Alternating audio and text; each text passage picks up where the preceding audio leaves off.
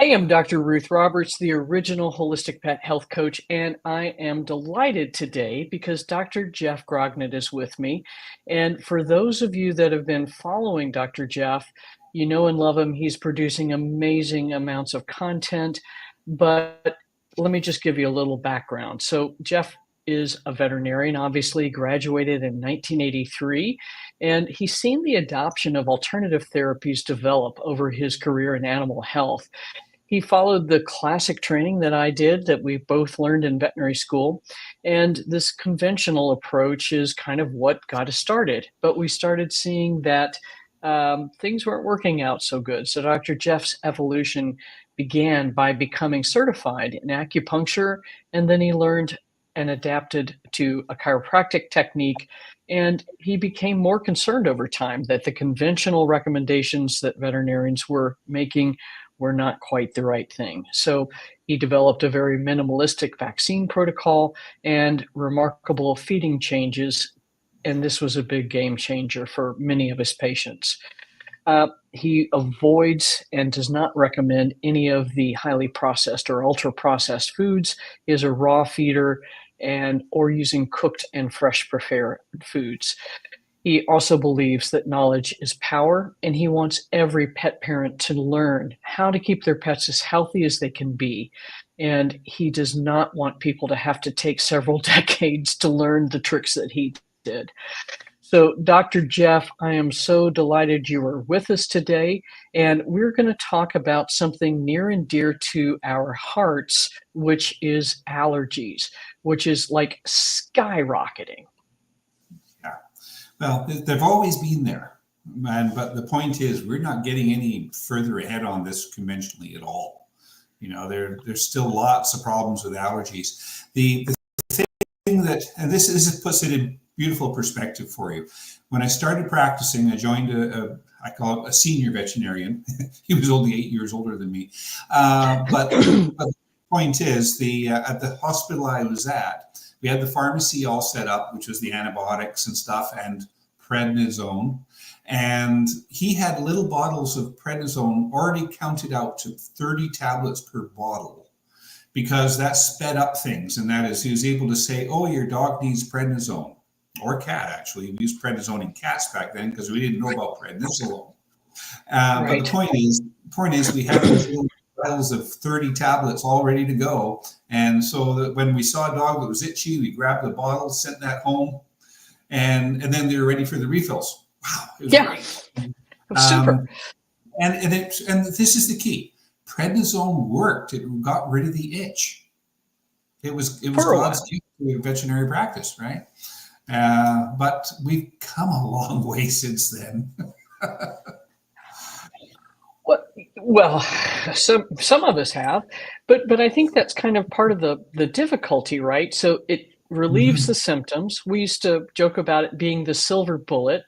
And truly, you know, when you need prednisone or a corticosteroid in a life-saving, life-threatening situation, it is the silver bullet, and it's amazing. But it has a fairly dark side. It does. And this is the contrast. That was the most common prescription we had when I first started practice. Period. Okay. Now, I moved back to when I was working with my wife, so it's a 2-vet practice. We used maybe a bottle of 100 tablets in a year. Right on. You know, that type of it. And it wasn't for allergies.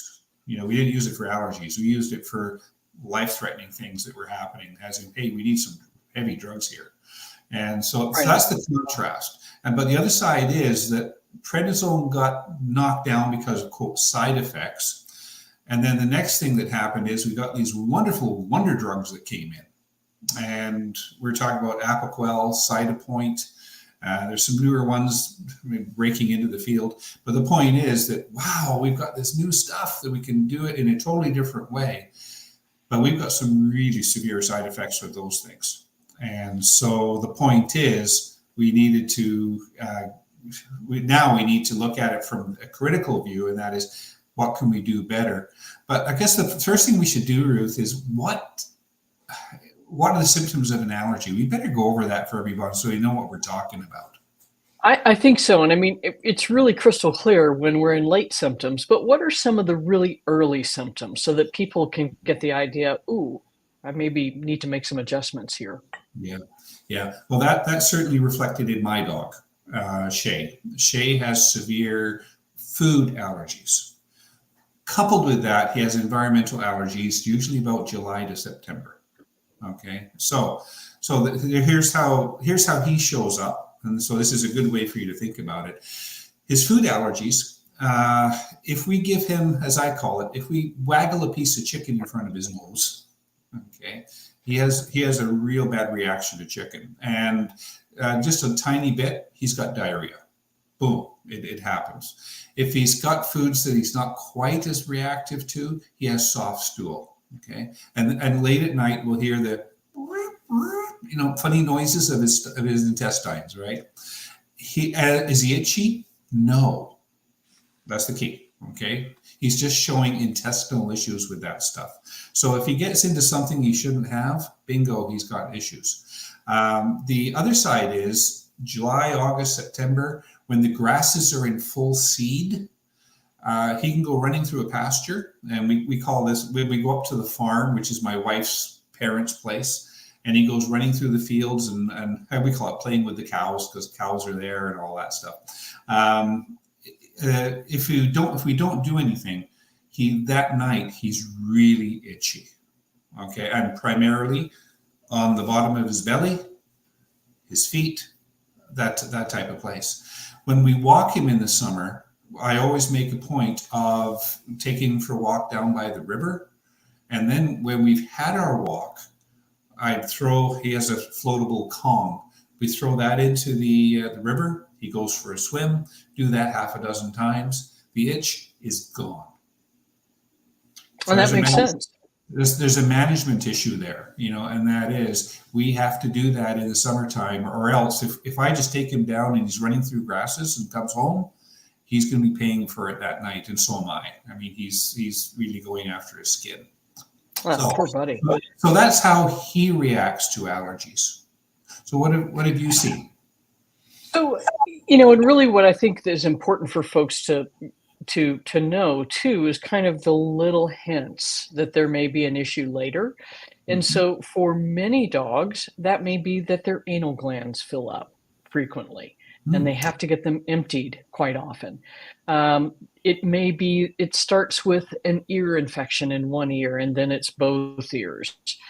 And then it may be that they're just chewing at their feet a little bit. Or, going back to food, there are many dogs that do have food sensitivities, much more than dogs that have true food allergies. But you give the dog something and the stool goes soft, the gut sounds really crank up. So I think those are really important to recognize as kind of early warning signs and make you think, this isn't normal, and maybe I should do some investigation here. But I lived in South Carolina for so many years. The dogs we saw with allergies, many of them had flea allergies, but many of them just had environmental allergies. And the pollen counts were astronomical. The mold count was astronomical because of the humidity. And these poor dogs suffered terribly. And it could be anything from scratching all over the body, chewing at the feet until they were sore, and then just ongoing ear infections as well. Yeah. You hit something that people don't understand: pollen counts, and that is when you go onto the Weather Network or whatever it is, and they give you pollen counts in the summertime. A small fact: those are measured at 5 feet off the ground. That's how they measure pollen counts for us. Okay, so we'll be looking at that going, it's going to be a bad day. I'm going to take my antihistamine this morning. I think that's what we're really geared for. So, okay. Yes. Yeah. Anyway, the point is those pollen counts don't count very well for dogs and cats because their nose is that far off the ground, right? So their pollen counts are totally different from what we're breathing in at our nose height, right? So they can be a guideline, but they don't really check off the severity that much. And when you've got a dog plowing through grasses, running, totally irrelevant, because you can go in there and you can go. And I saw this with Shay. One time he was going through ferns, and it's like, geez, a wonderful field of it's in the forest, deep in the forest. The only thing that grew there was ferns. There's no grasses. But when he went bombing through there, the stuff from the ferns was just, it was like he was creating a blue cloud as he went, right? So Right on. that's what does it. That makes sense. So, for folks that live in more urban settings, then, I mean, my thinking would be if the pollen count is bad at 5 feet, it's probably much worse at 1 foot. That's right. And so I think that's it. So that's where you can start with some preemptive strategies, and we'll get into that. You betcha. Yeah. Yeah. But I love that you finish up your walk with your pup by throwing him in the river so he rinses himself off. That's amazing and brilliant. People can do that at home. And that is, if you're taking Buffy, the Bichon, out for a walk, and they're trotting through grass and things. Okay, gee, there's no river here, guys. We're in trouble. No, you're not. Okay. And I get lots of people to do this. And that is, you just get a shallow pan inside your door or outside your door. And you get Buffy, and you go whoosh, whoosh, and just dump them in so their feet are getting wet, and rinsed off. That can give you so much gain right there. It's right simple. on. Yeah. And I would add, just put a hand towel there, get the hand towel wet, and then just wipe them down, stem to stern. Just wipe all that pollen and stuff off, and the grass seeds and whatever else. So I think that's super simple, super easy. Yeah. This is something I don't think we're going to get into this today, but just to show you the complexity of this whole thing. Dog goes out, runs through grasses, and gets pollens on their coat. Doggy gets home, starts licking themselves. The pollen, which is a protein, then gets absorbed into the mouth, gets swallowed with the saliva, goes down to the gut. Then we've got a reaction. Then we've got leaky gut. Then we've got a microbiome problem. See how complicated it can get? It gets crazy. And the other thing that I noticed too is that for many of like in South Carolina during pollen season, we called it yellow snow because there was that much pollen. Yeah. GI issues just shot up like crazy. So not only were they having the itchy skin, but it made their GI symptoms go crazy. So that's a biggie. Yeah. But this leads into the next thing that people quite often do. People will have an itchy dog, and then what they do is they're going to the pet store to buy their food. So what they do is they go to the pet store and ask the clerk at the pet store, "My dog's really itchy. What food do you recommend?" Right on. And this is the key. Nutrition alone quite often can't solve it, but getting nutritional advice like that often does not give you much of a jump on getting this thing resolved whatsoever. So what's your favorite nutritional strategies then to start supporting pets that have allergies? Ooh, there's two parts, and they're related but distinct. One is I want them on a real food. Okay. Right. And what I mean by that is I want to get them off the commercial, especially kibble. I want to get them off that. And when I say commercial, I'm talking about processed food with that name on it. And so I want to get them away from that because of the toxins that are involved, the processing, which has changed the inflammatory stuff that's in it, and also the ingredients that are in that food. Those are the main things. I want to get away from that and get onto a real food. That's part one. Part two is what do you actually put in that food for an allergic dog? Okay, so that's the two changes that I always try to make. And one is upgrading the quality of the food, and then you delve into what should you have in the food. And when we talk about allergies, and this is the key, we don't have an accurate overall test that we can just say, hey, we're going to do this test and we're going to pin down this allergy. We can get guidelines, but we don't have the test that actually says, oh, your dog is allergic to actually these things. What's your experience with that, Ruth? Have you had any success with the testing? I do have a lot of success. But I think to back it up a little bit. So if we think about the skin, it's an epithelial cell. And in the gut, this is also an epithelial cell. So you kind of alluded to this earlier, where if the gut's not working right, then the rest of the immune system won't. I've had a terrific amount of success with the Glacier Peaks pet wellness scan, using that as a way to figure out what foods the pet may be sensitive to, so that we can pull those out of the diet and then use foods in the diet that most likely this dog will not have issues with.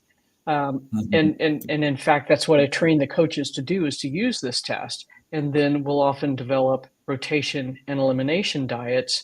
And that, coupled with a couple of symptoms for many, many dogs and cats, we can get significant allergy relief and sometimes resolution. Yeah, and that's the big key here. You're using that as your benchmark to then move over to trials, right? Exactly. And the ultimate test is the elimination diet, and this is where people mess up going to the pet store, and that is, and yeah, I'm not going to say you're old, but you're of my vintage. But you can say I'm old; it won't hurt my feelings. But anyway, way back. The first diet that was developed for dogs for allergies was called Hill's DD, dermatologic diet. I assume that's what it meant, but it was lamb and rice.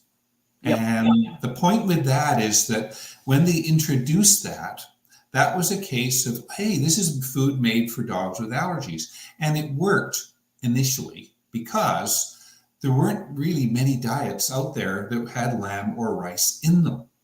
Okay, right. So dogs hadn't been sensitized to it. The thing that happened within a couple of years is that the commercial pet food manufacturers said, oh, we can make a lamb and rice diet. And within a decade, 80% of the food that was sold was lamb and rice. Right on. Bingo. What was that? A recipe for disaster, because that meant that prescription food, you must just throw it away. And every dog now is developing allergies to lamb and rice. Okay. And lamb, as you know, from your Chinese medical perspective, lamb isn't a great one for inflammation in the skin. Well, because it's quite warming. And so if you've got an already hot dog, you're going to warm them really hot. That's right. Yes. Yeah, it's not a cooling food, right? So anyway, we've got all these things happening. And so the problem is people will go to a pet store and grab a food and they're saying, oh, this one's different because it only has salmon and sweet potato. But then you look at the ingredient list, and it's got peas, potato, lentils. Keep going, That's exactly it. And that's where we had a problem. Acana was a food that we recommended as a commercial food, way back. And I mean, preferred real food, but the point is some people just can't do it. So we said, well, Acana was doing pretty good. Then all of a sudden, Acana made this change in that they added red lentils to every food. Yep. Guess what? Itchy dogs came out the woodwork. Yep. Okay. So that's what really messes you up. You have to look at all the little ingredients in there, because all it takes is a teaspoon of the wrong ingredient to make your dog itchy. And I think that's really a critical thing to understand, because many pet parents will go to the pet store and they'll say, oh, try this kangaroo and oats diet, and try this salmon and rice, or try this whitefish and potato.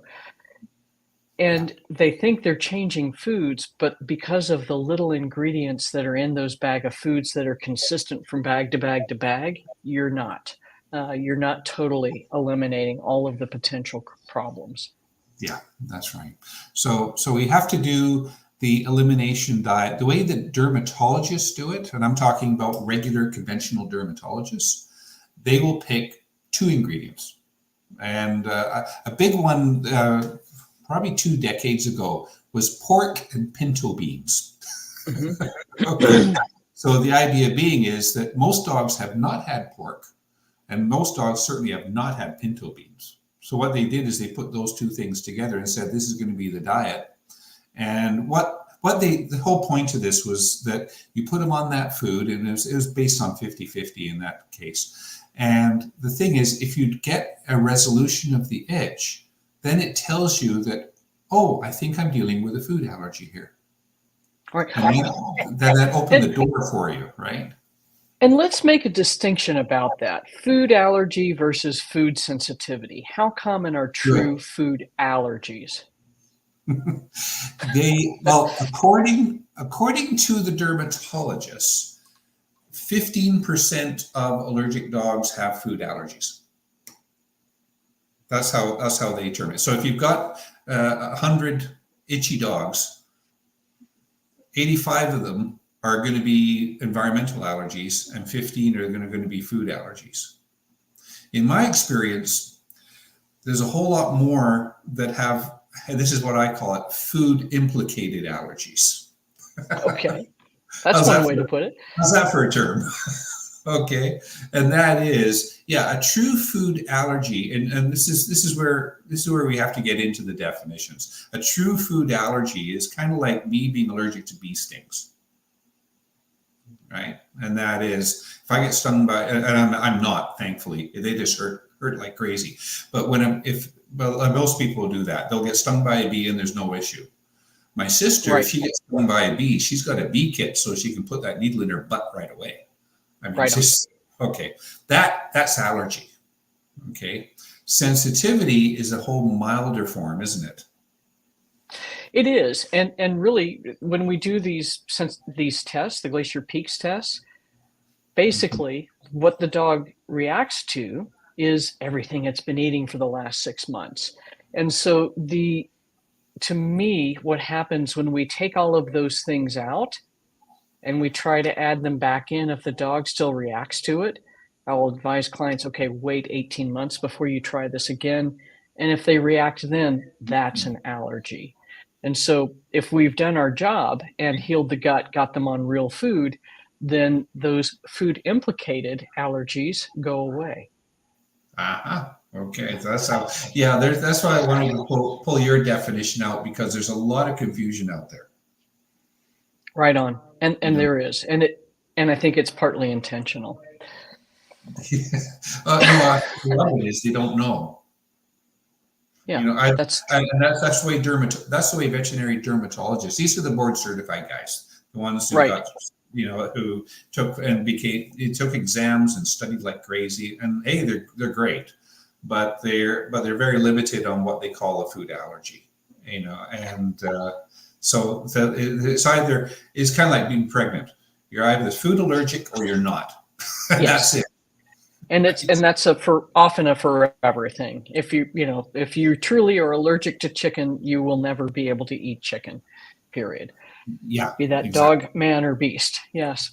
Cool. So, all right. So we've got the food portion covered, and I think that is really critical to start with, because the next thing we're going to talk about a little bit is sort of supplement or natural strategies to supporting pets with allergies. Mm-hmm.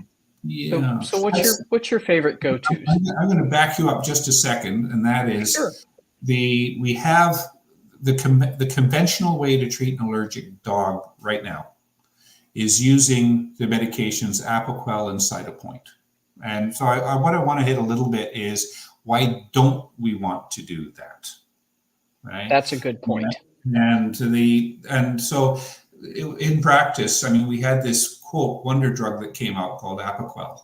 Wow, this is great, And it was, when it first came out, hey, I used it, and I had these dogs that were severely allergic. I mean, they've got red skin all over their back. I mean, the owners are pulling out their hair and the dog's pulling out its own hair. And it's kind of like, hey, we can give them Apoquel, and within 48 hours, we've got a dog that settled down. It was God's gift. right? Right. The thing that happened was a couple of things that happened. One is that, gee, yeah, it's working really well. And then about 3 months later, God, we're getting some breakthrough itching. What do we do now? Well, we can increase the dose because the company says we can do that. Okay, that's one way. And then, really neat, the same company came out with this other drug called Cytopoint, which is the injection. Yeah. So then, and they also had wonderful studies that said you can use Apoquel and Cytopoint together. So hey, all right, Super. yeah. And for a large dog, I mean, that was, I'll be blunt, hellishly expensive for one thing. But anyway, that was how you could relieve the symptoms. Okay, and it was touted as a really safe way because all it was doing was blocking these interleukin receptor thingies, and it's really quite, quote, safe. Okay, the thing we found out very quickly is that there's the thing called side effects.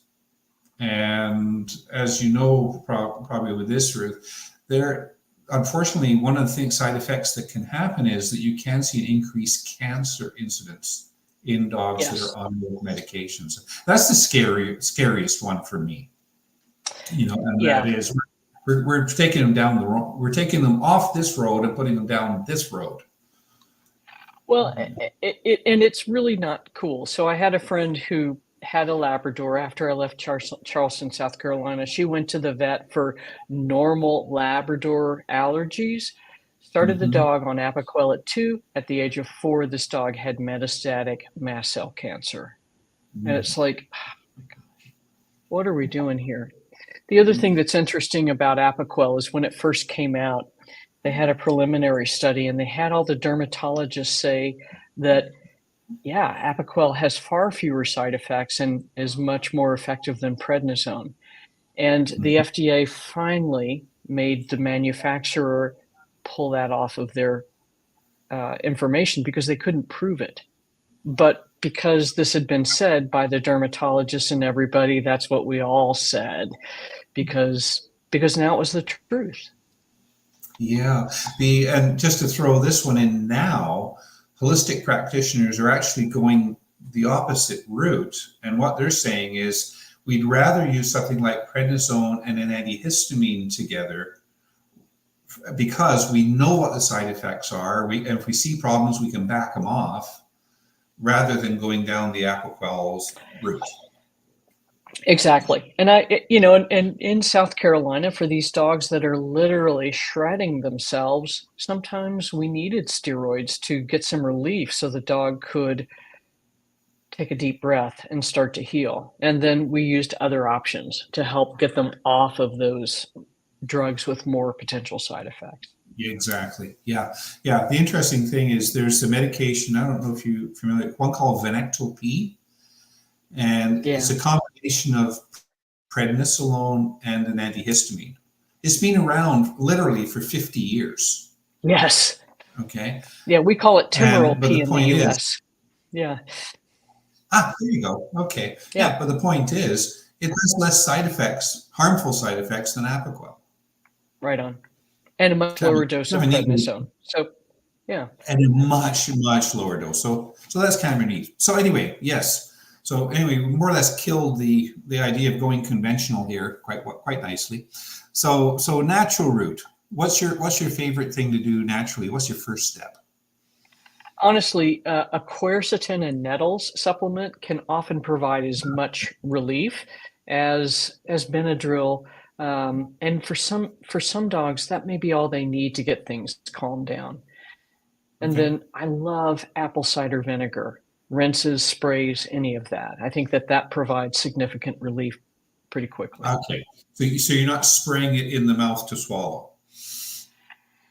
Mostly using it topically. But some dogs will drink it. And so to me, that's always an indicator, like with bitter herbs, vinegars, things like that. If they like it, then they really need it, right? Okay. Yeah. Yeah, pharmacognosy is that the big term used for that. But the point is if they're selecting it, maybe there is a need for it there. But the quercetin, which is called your natural antihistamine, is one way to go. I totally agree. And nettles, it's really interesting. I have we have a place where we're building a new house, and one of the crops that we grow there is nettles. I mean, tons of it, right? And I Yeah. started looking at this, going, I think I can do something with this. So yeah, I harvested it and I dried it. And I make nettle tea, Yeah. It's and beautiful. well, I have it almost every day. You know, and this is the key: nettle tea, nettles, and toasted rice. Those two things. It's really quite nice. So that's for people, but Right on. but I don't seem to be having my allergy issues myself, where my eyes flare up is my big one. And that makes sense. I mean, because the nettles, they also can help reduce circulating levels of histamine. And Mhm. the other interesting thing is in Chinese medicine, they are considered a Jing tonic, and Jing is your essence. So Right. in the European Union, people eat a lot of nettles soups in the spring and summer as Yeah. well Yeah. because they're incredibly nutrient dense. But that makes total sense. Yeah. And have you given Nancy's asking about if nettle tea is sufficient for a 105-pound lab that has food and environmental issues? And so, Well, how first many off, gallons of tea would this dog have to drink every day? that's a good point. Well, the first point is the weight of the animal has nothing to do with the efficacy of what you're giving them. Okay, so you could take that 105-pound lab, or we could get your strapping huge dog. Yes, all three Where's your dog? kilos of her. There we go. There's the dog. I knew that it had to be somewhere around. Yeah, but the point is, yeah, the weight's got nothing to do with it, except if you're buying medications, that has a factor. Apoquel for a 105-pound dog is totally different from what your dog is, Ruth. You know, Yes, so that's called break the bank. Okay, but anyway, yes, yeah, nettle you can use. Yeah, I mean that's and I mean quercetin you're going to be buying, and that is based on body weight, yes. right?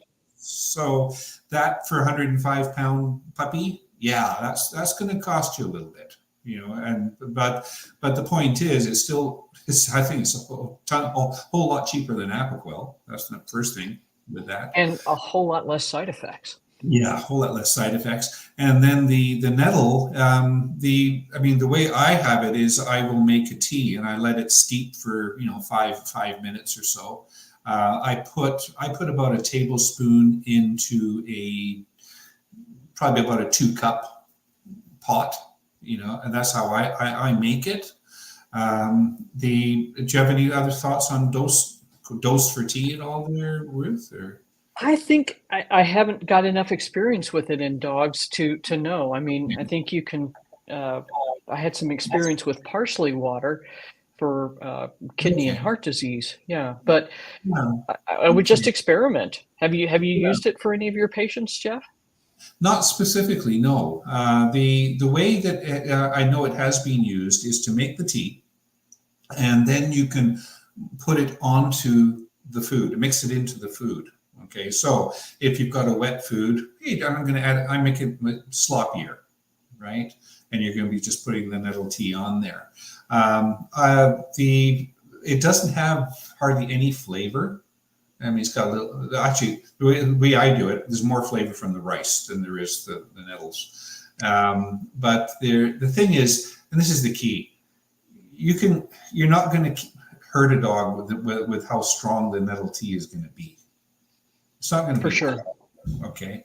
And so I would just make it up to, and this is how I would do it. I make the tea myself. I can drink it, and it tastes good, and I like it. I have it pretty well every night. I have a nettle and rice tea. If you're doing that for your dog, I would just make it up in the morning. And I call it an average sized dog, which is say a 50-pound dog, I would be thinking of making the pot for the day and then just putting it on the food over the day. That's how most people use it. For a 105-pound dog, you're going to be making 4 or 5 cups of swamp, and adding more nettle to it. And this is the key, you can get on Amazon and you can get organic nettle tea or leaves.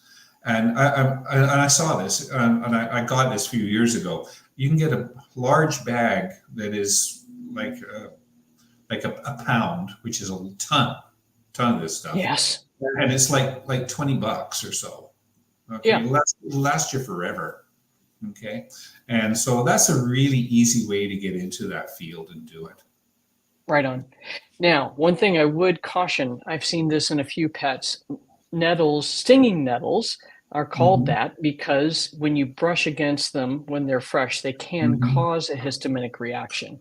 But when Yeah. they're cooked or prepared, then it stops that.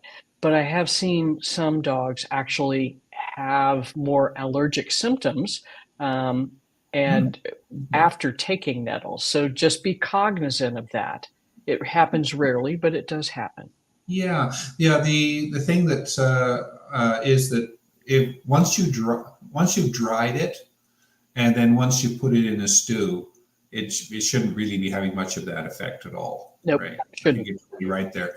The and I found that out when I harvested it, and that is you wear not just I call it not just work gloves, which are kind of like thin rubber, right?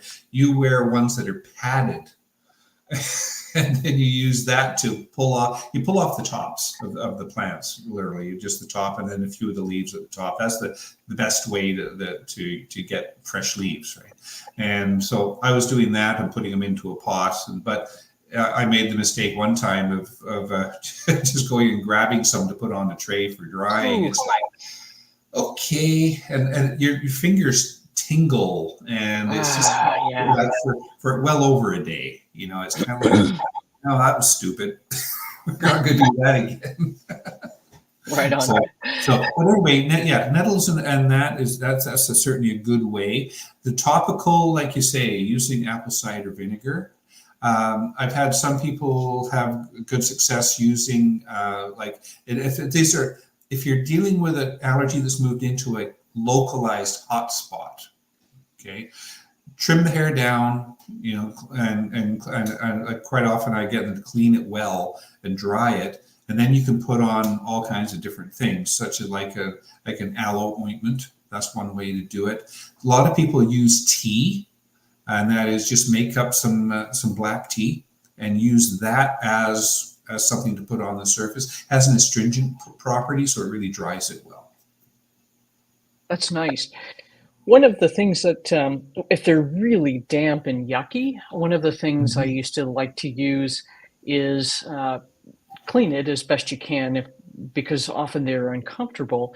But to use a little bit of honey, which gets Mhm. messy. So if it's in a spot where you can cover it, the honey will sit there and actually kill whatever is there by dehydrating the bugs. So it's a very Mhm. non-selective and safe thing. And then if the dog happens to lick it off, it's not a worry. Yeah, So that's yeah. been useful. Yeah, Yeah, that's true. And if you're going to be going that route, generally the unpasteurized honey is the preferred. right. Okay. Because it's got The, all the nice enzymes and things in it. yeah, and then you say, oh, do we want a local honey? Yeah, you can even do that. Because if you've got environmental allergies to what's out there in the world right now to your dog, and if you get the honey that was just prepared recently, that happen has more application for it as well. So there's lots of different. You're going very holistic when you're going that route, aren't you? Right on.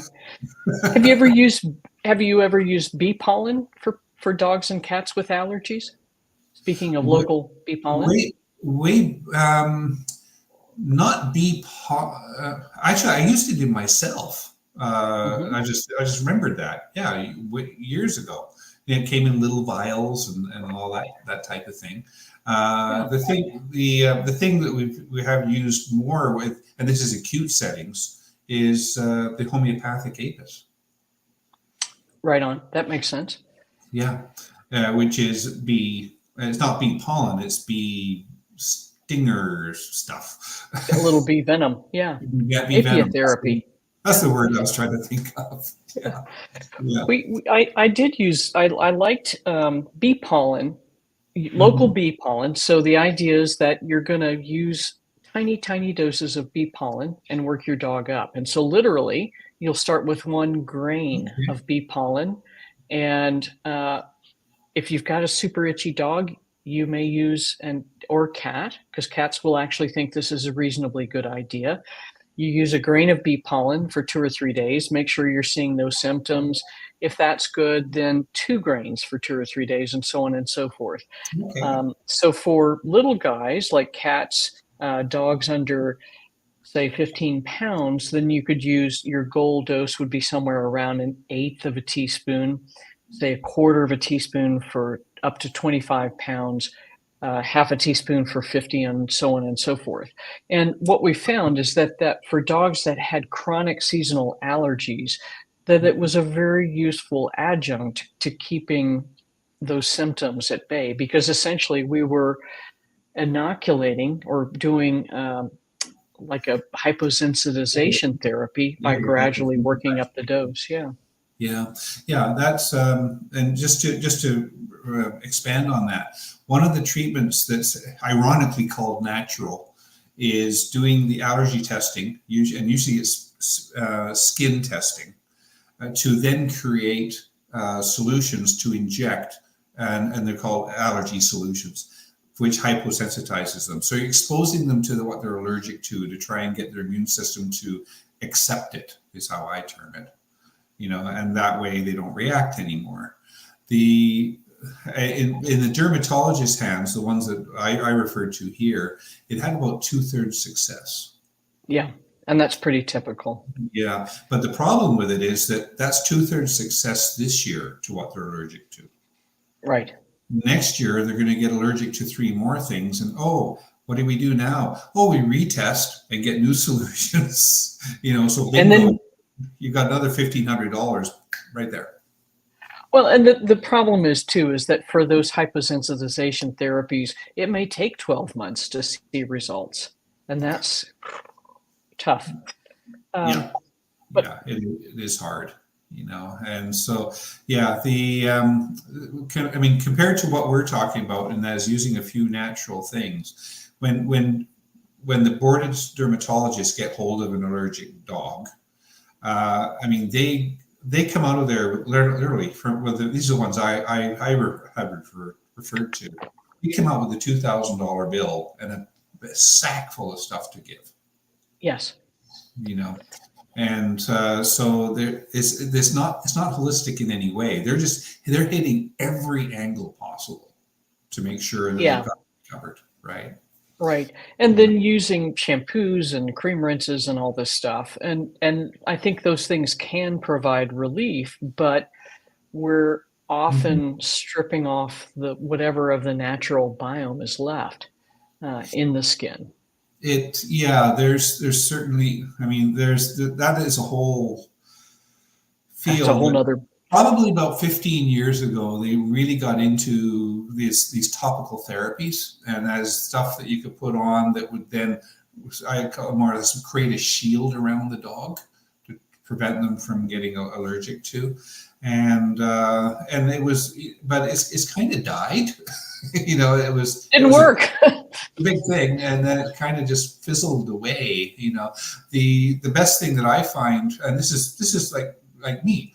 If I get bitten by mosquitoes and I'm going to be itchy, what's the best thing?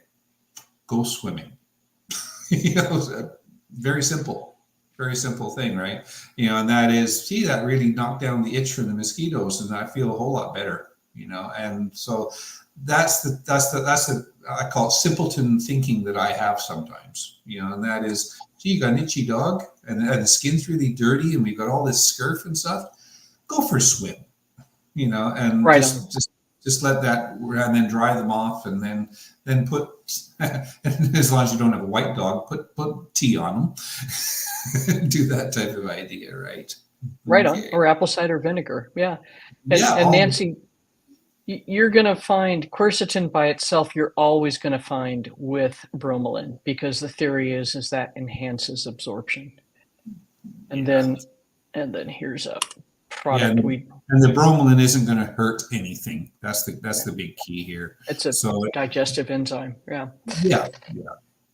Cool. So how do you think, we've kind of touched on this a little bit, but A lot of pet parents are only want to do it all natural. So how do we help pet parents understand how to balance between conventional or traditional and natural or holistic? Okay. This is how I view conventional versus holistic anyway, and this is for dogs, cats, and me. There's always a need for the conventional in acute settings. And for example, I dislocated my shoulder a couple of times actually. Guess what? I went conventional. And that is, I went in and they put my shoulder back in, and hey, I feel good, and I could come home. Right on. And if I break anything, that's where I want to go. Very simply, if you've got a person, a dog or a cat in trouble, we should probably lean on the conventional side a lot of times to get through the next couple of days. Okay. Now, I'm going to throw this right now. I'm going to get pushback for saying that because I'm sure there's some homeopaths in the group, and they're going to say, yeah, but we can use remedies to do that. Yes, you can, but most people don't have the acumen to know which remedies, and they don't have them available on their bathroom counter. Okay, so because of that, there's a bit of an inhibition there. But that can work as well. There's homeopathic remedies that can work on the acute setting. But assuming we don't have that as a resource, then hey, yeah, that's when I'd be saying we should probably go towards the conventional vet. So let's get some relief for a while, so that then we can implement the natural stuff and get them going, so that we can prevent the next outbreak. That's the key. This is kind of like having an epileptic dog or cat, right? And that is, gee, my dog's seizuring. This is the third seizure. What are we going to do? We're going to take that dog to the hospital, and we're going to get him, as we call it, knocked down, and let's get the seizure stopped. And then let's look at how we're going to prevent the next seizure. Now, that's the same thing with an allergy. We've got to look at it from the standpoint of, let's give them some relief now. And if the natural products are not going to do it enough, let's get some other conventional ways to help. And then let's implement all the stuff so we don't end up having to go back to the hospital. And because we don't want to get on the cycle, and this is the hotspot cycle. I call it hotspot cycle. And that is with very inflamed skin. They put them on Apoquel, they put them on antibiotics, they clean it off, they put topical treatment on. Great. And then 2 weeks later, it looks wonderful. And then 4 weeks later, you're going back. Right back. Right. That's what we're trying to prevent here. Right. Okay. And that's really critical. And I totally agree with you, because I've seen in the Southeast, the allergies can be much more profound.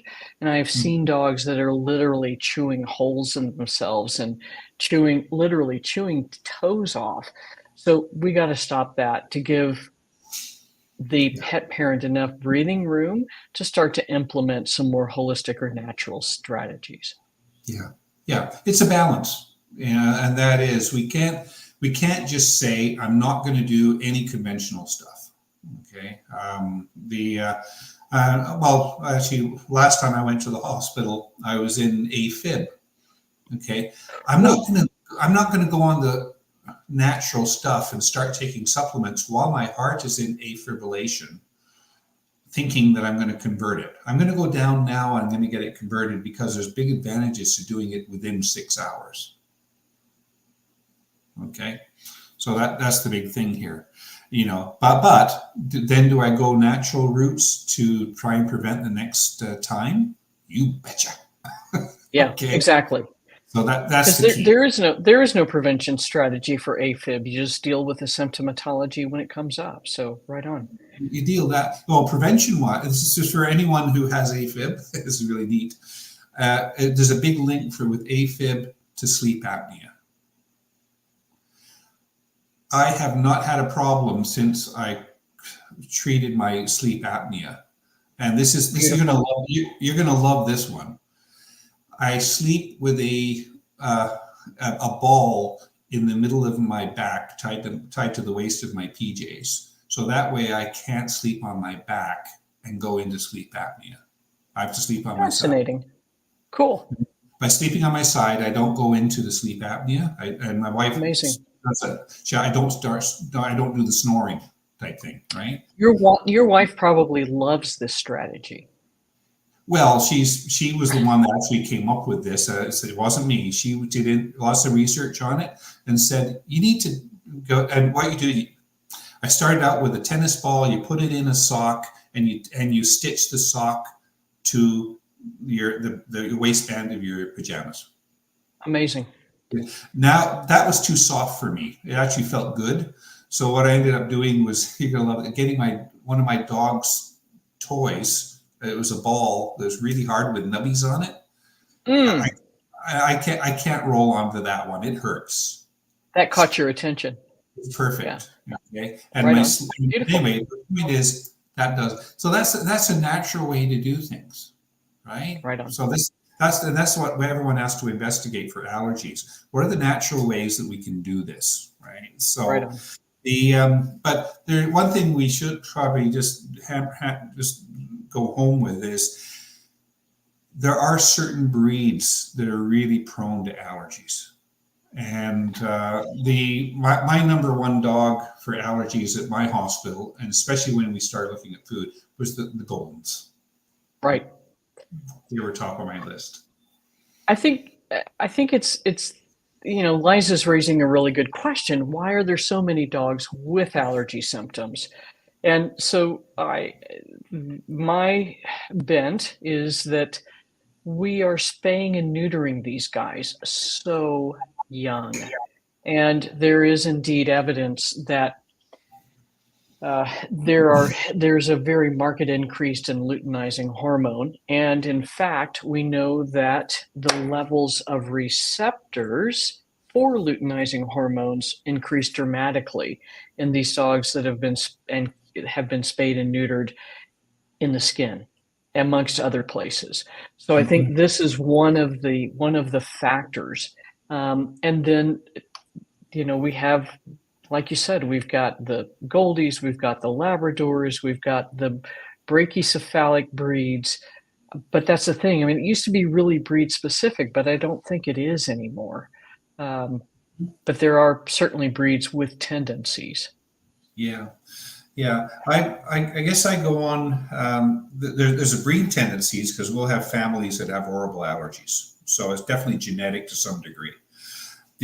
But the flip side is their immune systems are really screwed up, and Yes.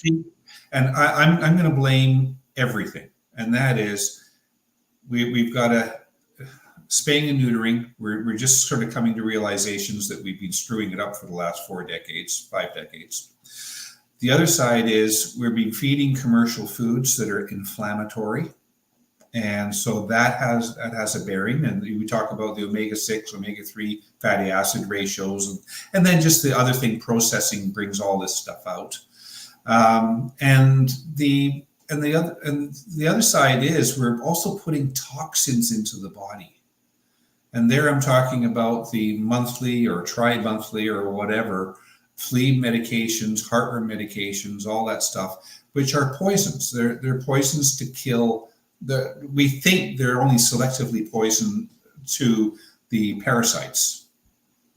But no, it's a toxin, guys. And here's my favorite saying. Now you have a 2-year-old granddaughter, Ruth, and the pediatrician tells you that, hey, I can prevent your kid from getting lice and pinworms and all that wonderful stuff. And all you've got to do is give this one tablet to them every month for the next 10 years. And your little daughter is not going to have any problems with these parasites. Oh, and by the way, there's some side effects that they might have seizures, but they don't say that very loudly. Well, and that's it, is that we're so scared of all those things instead of saying, I think maybe I'll just wait and see if that's an issue. Right? Exactly. Yeah. So anyway, it's this conglomerate of everything. And I think this is why we're seeing allergies. It's why we're seeing cancer. And we're seeing just so many dogs and cats that are just totally screwed up. Right on. I think we need to sort of go back and say, how can we do all of this better? And that's what I Agreed. teach. Let's get them on real food. Let's limit the vaccines. Let's limit the toxins. That's the three. That's the three things. The triad, right there. Okay. Right on. So we've got to do it. Yeah, and I think it's true.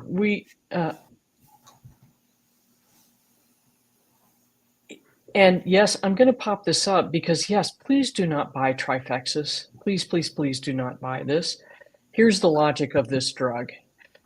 You're giving your dog a tablet every month that contains a pesticide, basically, that we know has to be absorbed into the bloodstream, stored in the fat to be released into the skin over 30 days. Does that sound like a good idea? I mean, and nobody ever talks about it in conventional medicine this way. Yeah. That's a problem, and I think this is a massive issue. Trifexis, you just find go to my blog site, go to my website, and type in heartworm disease and read about how to understand how to do with it. And Jeff, I know you've got a great ebook on your site at New Earth Vet. You've got a wealth of information there, but please, please, please don't give Trifexis anymore. Yeah, there's the problem is we've got this group of drugs called the isoxazolines, and the first one that came out was Bravecto, which was every 3 months tablet, I can control fleas, boom, and ticks. And it's like, wow, this is great. And then they came out with all the Bravecto lookalikes, Simparica, Trifexis, NexGard, and I'm sure the list keeps going on and on. There's a new one every year, right? But anyway, the point is that, wow, everyone was impressed because, they kill so many more bugs. Yeah, but what about the patient that's taking it? You've got to look at, Yeah. And anyway, the question that came up there is, how can I defend against heartworm? I mean, that's one of the things that I'm really big on because I love saying this, I'm in Canada, and so because of that, we've got veterinarians up here that are pushing heartworm preventives, as in they should be on them all year long. Well, my answer to that is get educated, and that Amen. is find out first off, when can heartworm be transmitted? And that is the temperature, if it goes below, I'll put it in US terms, goes below 55 degrees Fahrenheit, that stops heartworm transmission. So why are we giving stuff in January in Colorado? Okay. Why are we giving it heartworm preventatives in Alaska? That's an even better one. Okay. So the point is, you've got to have the disease around and you've got to have the conditions for it to be transmitted. Okay. And you have to have mosquitoes that can transmit it and be attacking your dog. When I hear about a Yorkie that lives in an apartment that goes out to pee on the AstroTurf once a week because he used pee pads inside, and they've got him on heartworm preventive, it's kind of like, grab a brain, guys. Why? Why are we doing this, right? Exactly. So Google heartworm incidence map for your area, and that's going to give you an idea. Yeah. Yep. Yeah. And then, like Dr. Jeff said, you go to the American Heartworm Society, or I've written several blogs about this. Understand when the heartworms can be transmitted by mosquitoes, at what temperatures, and there you are. Now you have a lot more power and knowledge because you've got more knowledge. Yeah. The most valuable question that you can ask as a dog owner, and cats are another story, and that one, don't get me started on that one. But anyway, the thing about dogs is you go, your veterinarian who is handing you the package of Trifexis, you then ask, how many dogs have you seen with heartworm in the last year? And when they answer 0, then you can sort of hand it back. If they answer, well, we saw one last year. Okay, the next question is, Did that dog travel out of this area at all to where it could have picked it up? Because that's what happens where I live. Any dogs that are diagnosed with heartworm on Vancouver Island, which is British Columbia, where I am, they've come from Taiwan, they've come from Texas or something, and they picked it up there. The point is, we do not have heartworm endemic here, but there's veterinarians pushing heartworm preventive every month. Right on. So, ask questions. Be prepared to say, let me think about this. And you're going to find you are going to be a much better advocate for your pet. That's right. And Stephanie, the whole spinosad thing, that's a natural product. It is, but so is pyrethrin, and so is arsenic, and those aren't necessarily good either. So, yeah, that's right. Pyrethrin was considered a natural insecticide, which was really neat. It still screwed up the nervous system, guys. Yeah, and it, it comes from chrysanthemums, so that was. Anyway, that's a whole other long discussion we could have. That's called marketing angle. That's what marketing. That's exactly it. Yeah, that's what pyrethrins came under. It's natural. It must be good for you.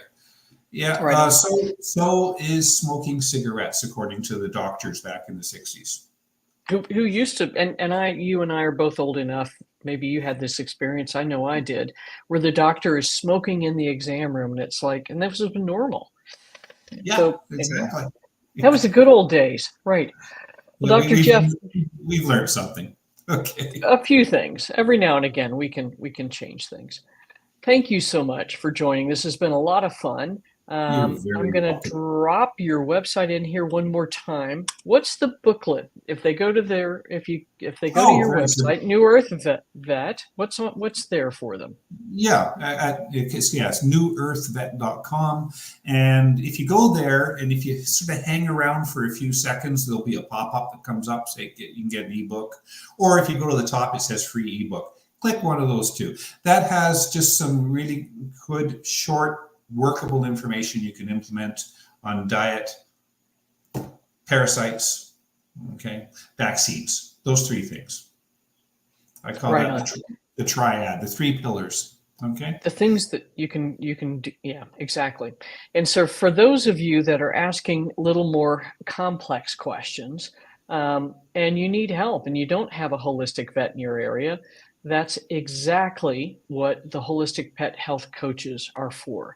And for those of you not familiar with these folks, I've been training them for two and a half years now. We have 80 graduates. These are amazing men and women that can help you understand how to start working through old health problems and using fresh foods, using supplements, using very simple support protocols.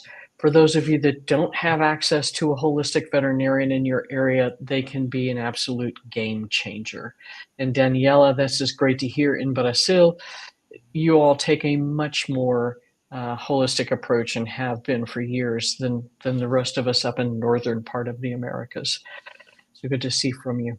Cool. Dr. Jeff, again, thank you so much for coming. This was a ball, and I can hardly wait to do this again. Okay, let's plan on that, and we'll change topics. Sounds good. Okay.